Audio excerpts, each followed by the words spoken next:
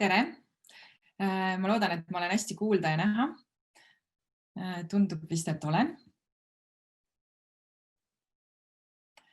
Nii, aga mul on siis hea meel teha koostööd Rapla tegusate inimestega ja meie tutvus sai alguse siis Ettevõtlikud Naised Raplamaal ühingu kaudu. Aga täna olen esindamas siis Eesti või Rapla Rahvakooli ja olen siis selle koolitajana siin teie ees. Ja natukene siis tutvustaksin ka Rapla Rahvakooli.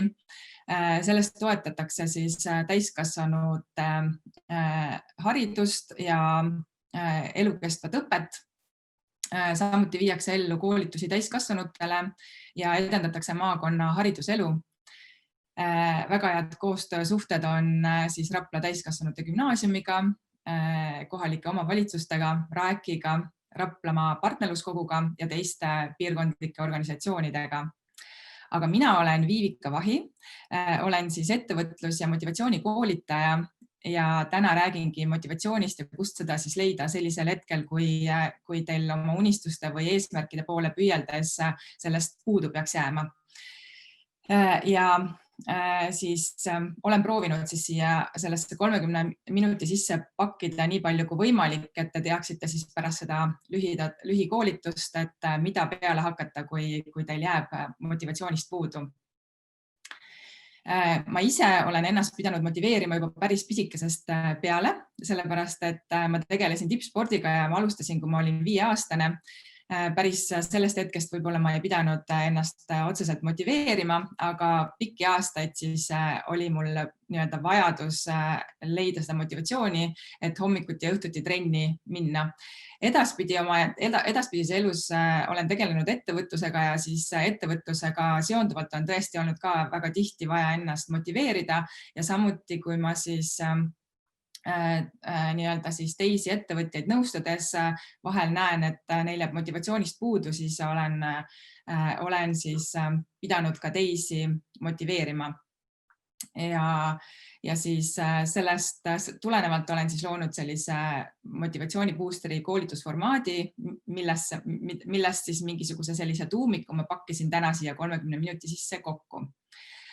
Aga kui on tegemist mõne lihtsa ülesandega, siis tegelikult meil motivatsiooni üldse vaja ei olegi. Näiteks kui meil laua peal on selline magus ja isuäratav koogitükk, siis selleks, et seda haarata, meil tegelikult motivatsiooni vaja ei ole. Meil on lihtsalt vaja seda isu ja soovi see koogitükk ära süüa, aga keegi ei pea meid selleks motiveerima ja samuti me ise ei pea leidma kusagilt motivatsiooni, et see koogitükk siis ära süüa.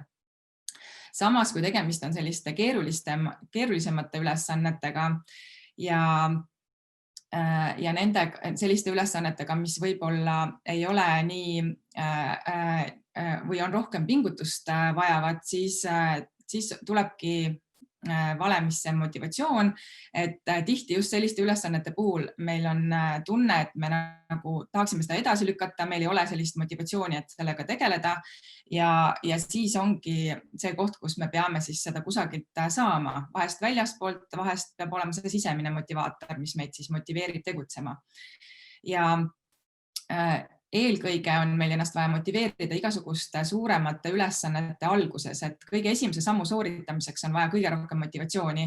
Et kas te teadsite, et lennuk õhku tõusmisel kulutab ära 70% oma kogu kütusest ja siis selle alles jäänud 30% kütusega ta siis lendab kuni sihtkohani välja. Ehk siis stardimoment on hästi oluline ja selleks on siis vaja väga palju kütust ja täpselt samamoodi on meil ka seda kütust väga palju vaja just oma tegemiste alguses.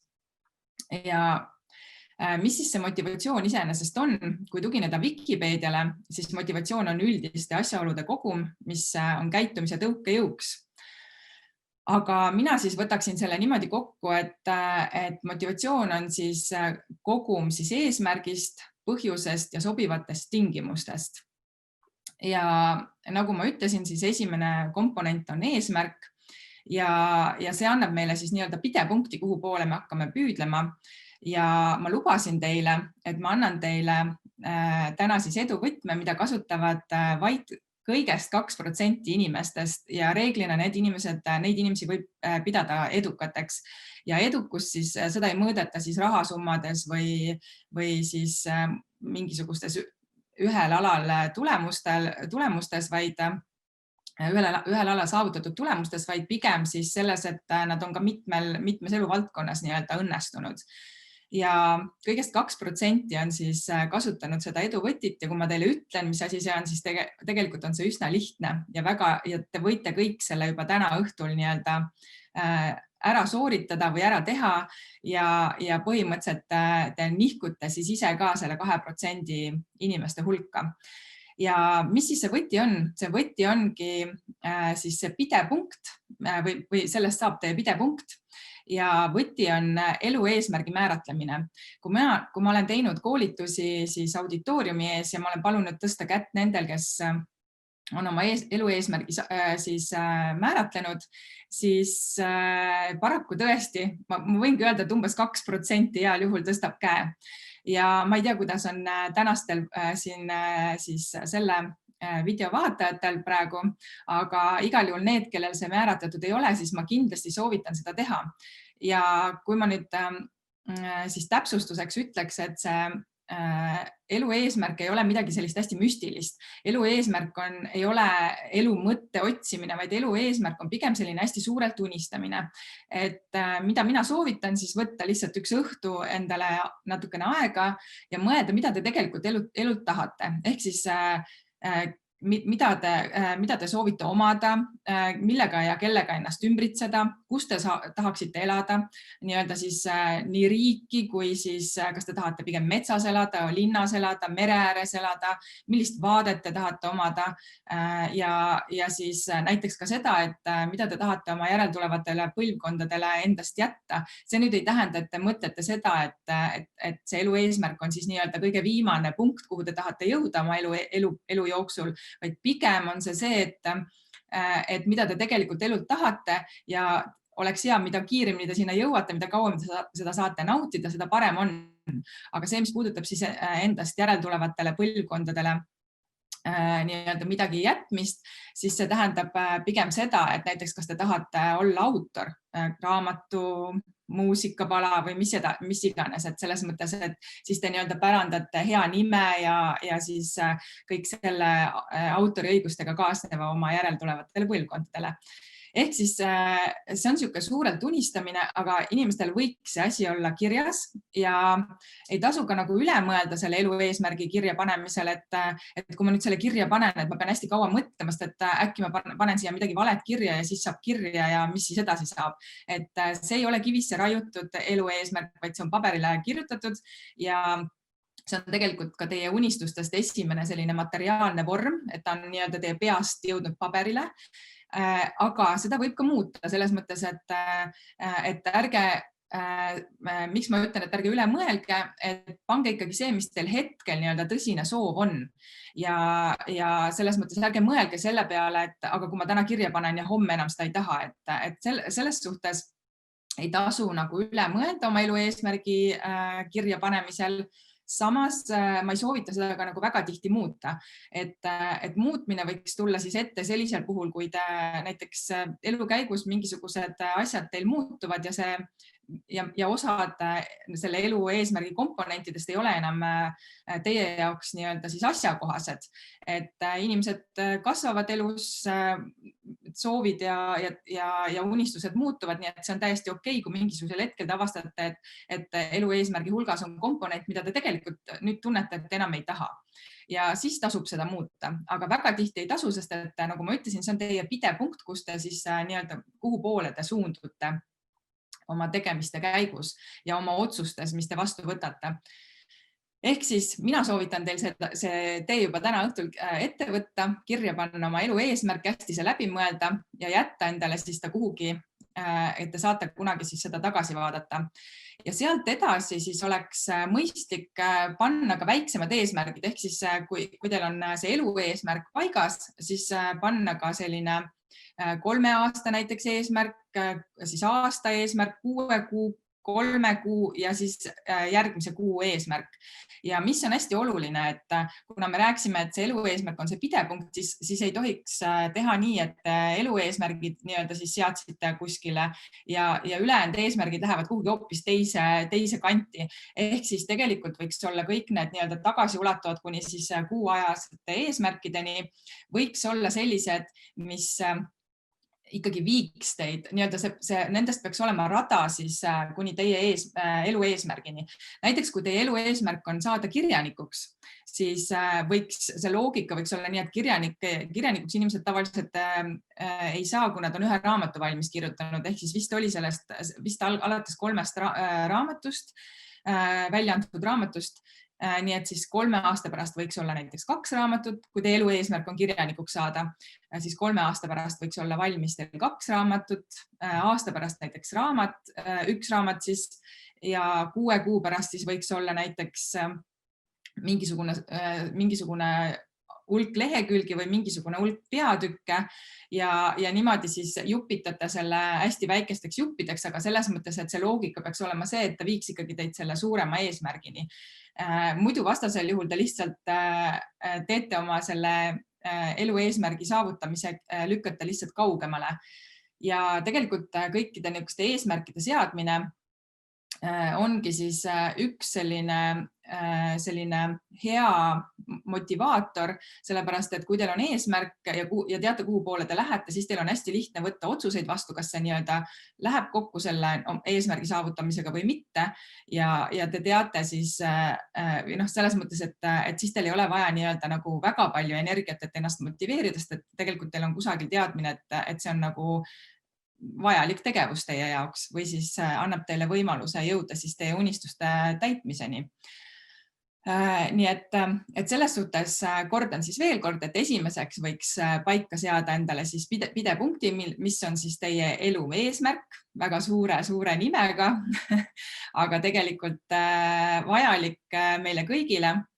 Ja sealt edasi siis järjest lühemaajalisemad eesmärgid ja need kõik võiksid siis viia teie elu eesmärgini. Mida mina soovitan on siis see, et mõeldes, mida me tegelikult tahame või ei taha, hästi palju inimesi nii-öelda siis lülitab sisse endale selle mõistuse hääle ja hakkab mõtlema, et ma ei tea, kas ma ikka olen ikkagi võib-olla liiga vana või liiga noor või äkki mul on mingi haigus või siis ma olen vales tähtkujus sündinud või mis iganes. Et hakatakse otsima mingeid põhjuseid, miks pigem ei saa seda eesmärki saavutada ja siis ei panda seda ka kirja. Mina soovitan igasuguseid eesmärke seades mõelda läbi nagu siis mitte mõistusega, mitte nagu lülitada kohe aju tööle, vaid nii-öelda selle hingega või siis südamega mõelda, kas ma tahan või ei taha, kas ja või ei. Ehk siis, et kui me mõtleme sellest, et panna kirja, et saada kirjanikuks, siis mitte ei hakka mõtlema, et issand 3 raamatut, kuidas ma selle valmis, ma ei tea isegi, mis esimesse raamatusse kirjutada, vaid pigem mõelda, et kas ma tahan või ei taha ja kui vastus sinu sees tuleb, et ma tahan, alles siis lülitad sisse selle mõistuse hääle ja hakkad siis nii-öelda otsima neid vastuseid küsimusele, kuidas seda saada. Nii et esimesena ja ei küsimustele siis mõtlete nii-öelda südamega, kas tahad või ei taha ja kui siis vastus tuleb, et jah, et tahad seda, nii-öelda see on see eesmärk, mis tasub kirja panna endale, vot siis edasi hakkad mõtlema, kuidas. Ja selles suhtes, et see teeb nagu selle otsustusprotsessi nagu lihtsamaks, et tihti inimesed mõtlevad üle ja jätavad paljud asjad nii-öelda siis üldse proovimata, sellepärast et nad liiga kiiresti lülitavad mõistuse enda jaoks sisse. Ja näiteks, kui me võtame eesmärgiks, et hakkame talisuplejaks ja läheme siis külma vette, isegi esialgu külma duši alla proovides, siis kui sa paned liiga kiiresti selle aju tööle, siis aju ju loomulikult annab sulle selle vastuse, et see vesi on külm, eriti kui sa oled juba kuskil külma ilmaga novembrikuus või detsembrikuus mingisuguse järve või veekogu ääres. No aju ütlebki sulle, et tegemist on külma veega, ära roni sinna sisse. Et kui me hakkame liiga palju mõtlema, siis me ei jõuagi seda eesmärki saavutada või seda sooritada, seda, mida me proovisime või tahtsime. Ehk siis tuleb vahest lihtsalt hüpata ja ilma pikemalt mõtlemata mõningatel puhkudel. Nüüd teine asi, mida siis kindlasti oleks vaja selleks, et meil pikemas perspektiivis oleks meil ennast hea motiveerida või meil oleks see sisemine see kütus ja motivaator olemas, on leida nendele eesmärkidele, mis nendele kirja panete, olgu siis see elu eesmärk või siis ka väiksemad ja lühemaajalisemad eesmärgid, panna oma eesmärkide miks kirja. See on hästi oluline punkt, sellepärast et statistika järgi inimesed seavad endale reeglina siis eesmärke enne või siis vahetult peale aastavahetust ehk siis 1. jaanuari kandis kusagil ja alati on siis nii-öelda siis see, et midagi siis soovitakse järgmisest aastast kuidagi ennast parandada järgmisel aastal. Ja nagu ma ütlesin, statistika järgi siis seab üks inimene keskmiselt 10 korda sama eesmärki. Ja paraku juba teisel nädalal umbes 70% nendest on loobunud oma unistuse poole pürgimisest ja juba esimese kuu lõpus on tegelikult 90% inimestest nii-öelda siis loobunud selle poole, oma unistuse poole pürgimisest, mis on iseenesest kahju, sellepärast et tegelikult keegi ju ei sea endale eesmärke, mis nii-öelda teda kuidagi ei parandaks. Ja kui nüüd võtta mõnda naisterahvast, kes siis on nii-öelda üks populaarsemaid eesmärke ongi tegelikult oma kehakaalu alandamine, oma füüsilise vormi parandamine ja siis sellega seonduvate harjumuste muutmine, siis kui nüüd mõelda siis, et 10 korda üks naisterahvas seab endale eesmärgiks aasta alguses, et ta nüüd sellel aastal kaotab kehakaalu, saavutab parema vormi ja selle nimel hakkab siis nii-öelda tööd tegema ja ei õnnestu 10 korda ja siis tal ükskord ühel aastal siis leiab endale kaaslase, kes teeb talle abielu ettepaneku ja siis näiteks 6, 9 või aasta pärast, 9 kuu pärast või siis aasta pärast on pulmad, siis reeglina kõik naised nii-öelda näevad oma pulmapäeval oma parimas vormis välja ja selles ilusas valges kleidis väga kenad ja siis ütleme siis kõige ilusamad printsessid oma pulmas. Ja kuidas see järsku siis nii-öelda õnnestub, ongi see, et sellel inimesel tekkis miks sinna taha, et kui ta sinnamaani lihtsalt tal oli see soov kaalust kaotada, aga tal ei olnud sellist miksi seal taga, siis nii-öelda need harjumused, mida oli vaja selle eesmärgi saavutamiseks muuta, need olid keerulisemad ja ei olnud piisavat sellist motivatsiooni ja seda miksi seal taga ja kütust, nii et siis need eesmärgid jäid siis kõikidel muudel aastatel saavutamata või seesama eesmärk siis. Aga kui tal tekkis eesmärgi taha miks, siis selles mõttes see eesmärk oli täiesti saavutatav.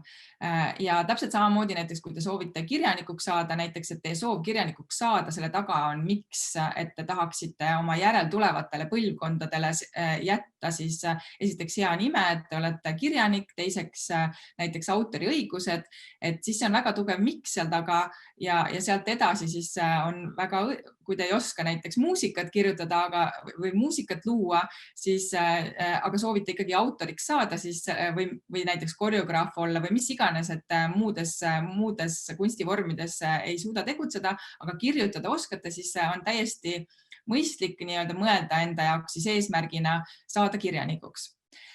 Nii, loodan, et see on selline asi, mis nüüd teid kõnetas ja mis nüüd oli siis nagu nii-öelda arusaadavalt minu poolt selgitatud.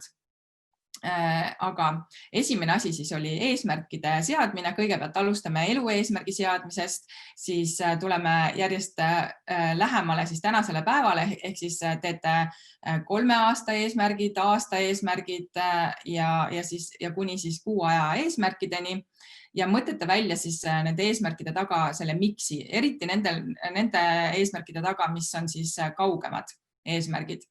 Ja kui see miks on teil leitud, siis on juba natuke lihtsam teil ka ennast edaspidi motiveerida, kui te peate mingisuguseid harjumusi muutma selleks, et neid eesmärke saavutada. Lisaks ma alati soovitan mitte võtta väga suuri ampse, et kõik eesmärgid, miks ma ka soovitan nagu, et mitte jääda sinna elu eesmärgi külge kinni, vaid siis järjest väiksemateks ja lühemaajalisteks eesmärkideks siis oma eesmärgid jupitada, siis ma soovitangi kõik eesmärgid teha hästi pisikesteks läbinäritavateks nii-öelda juppideks, sellepärast et siis on teil nii-öelda lihtsam ennast veenda, et te olete võimelised seda saavutama, neid eesmärke.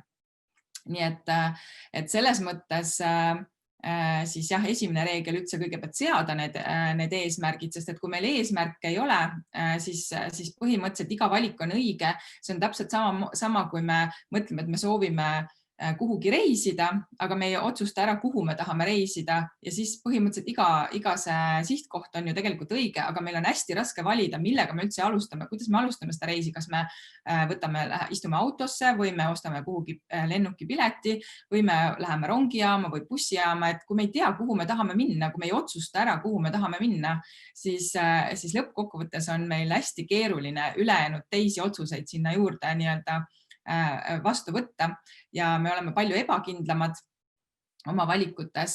Ehk siis jah, mõnikord on tore nii-öelda vaadata, mis elu meile pakub, aga mingisugune pidepunkt võiks alati olemas olla ja need ongi siis meie need eesmärgid, mida me siis tegelikult tahame ja kütus on siis nende eesmärkide saavutamiseks on siis see miks.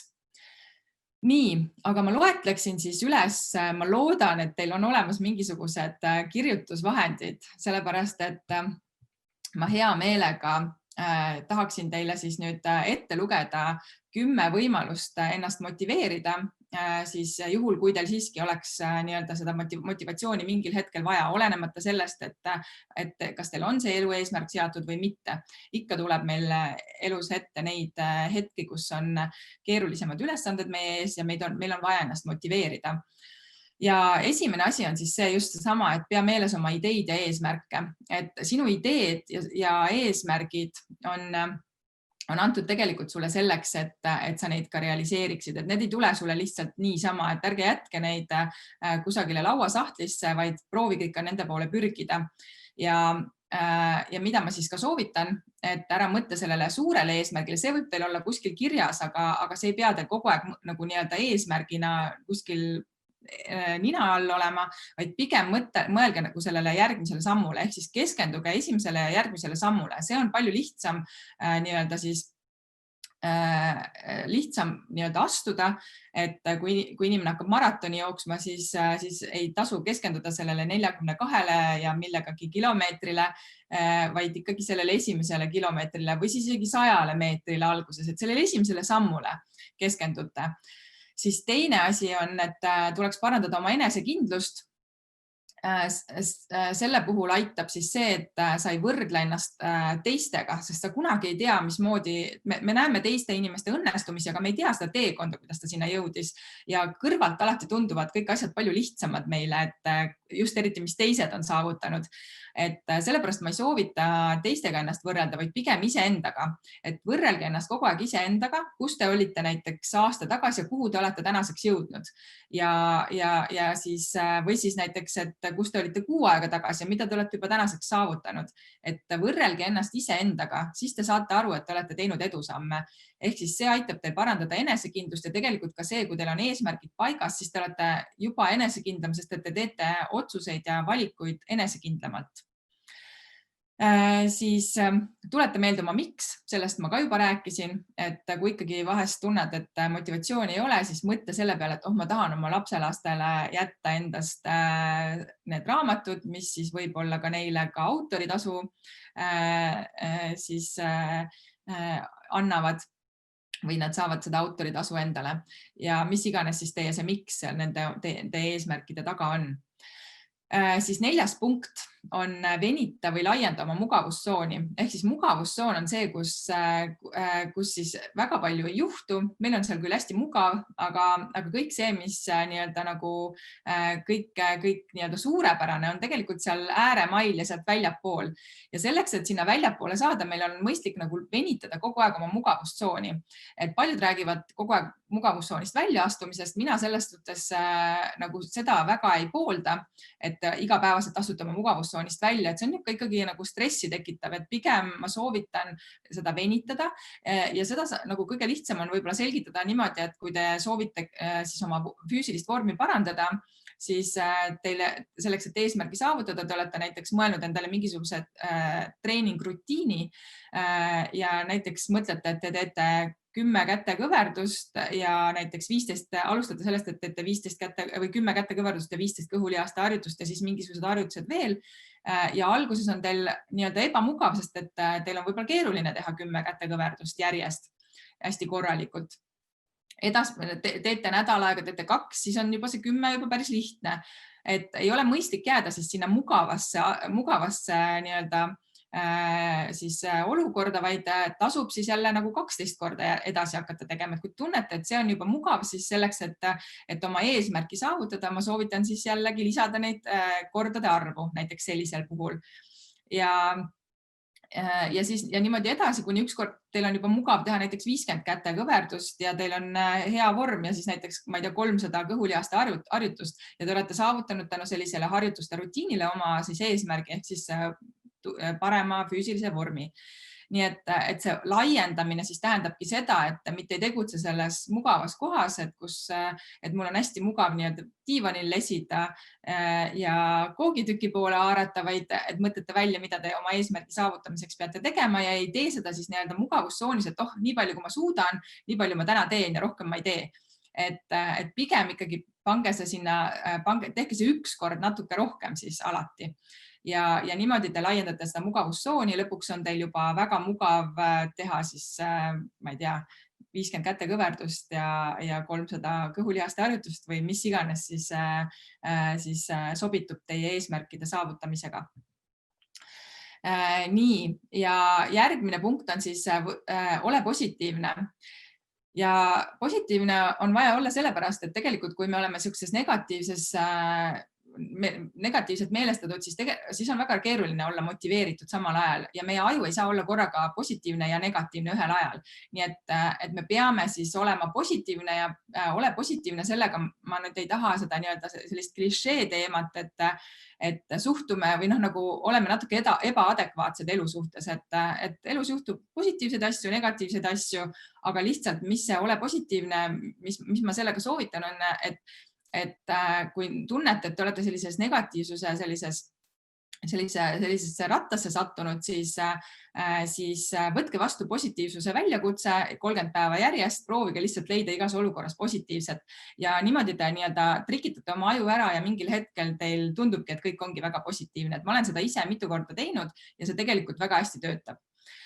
Nii, siis ma soovitan valida endale toetajaskonna, kirjutada endale üles, kellele te saaksite toetada mingisugusel ajahetkel oma elus.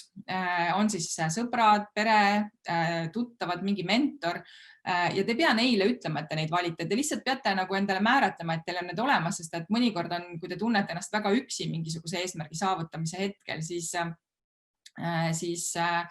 on hea, kui te teate, et tegelikult teil on kelle poole pöörduda, kas või helistada, rääkida oma murest või peegeldada kahekesi nagu mentoriga seda olukorda.